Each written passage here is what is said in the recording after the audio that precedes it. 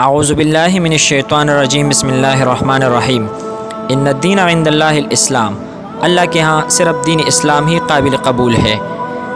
معزز ناظرین و سامعین، ہندو مذہب و ثقافت کی بنیاد گائے بیل کی پرستش اور اس کی عظمت کا قرار ہے۔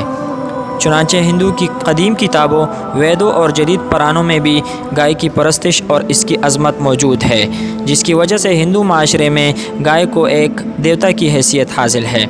بلکہ ہندو کے مذہبی کتابوں میں تو گائے کے متعلق یہاں تک لکھا ہوا ہے کہ سارا جہان اور کل دیوتا گائے ہی کا سراپا ہے، اور اتر وید میں لکھا ہے کہ یہ بیل ہی ہے جس نے آسمان و زمین کو اپنے سر پر اٹھا رکھا ہے۔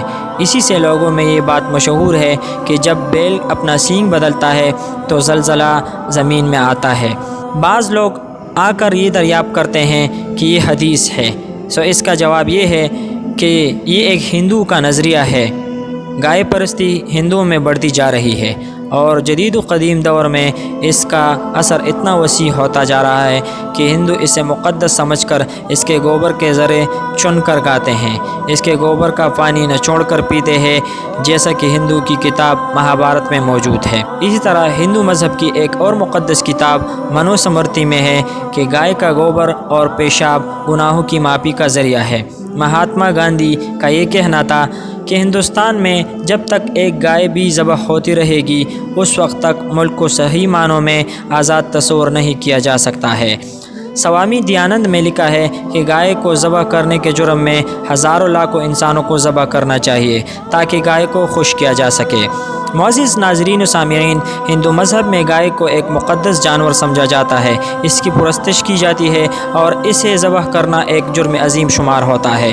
اسے چومنا، چاٹنا، اس کے بول و براز کو مقدس سمجھنا اور اس کے آگے سر تسلیم خم کرنا بہترین اور اعلیٰ درجے کی عبادت سمجھی جاتی ہے، جبکہ اسلام میں گائے کو ایک حلال جانور کی حیثیت دی گئی ہے جسے کھانا اور اسے نفع حاصل کرنا ہر مسلمان کے لیے جائز ہے۔ قربانی کے سلسلے میں اسے بارگاہ خداوندی میں پیش کرنے کا ثواب ہے، اور اس کا گوشت اور دودھ قابل انتفاع قرار دیا گیا ہے۔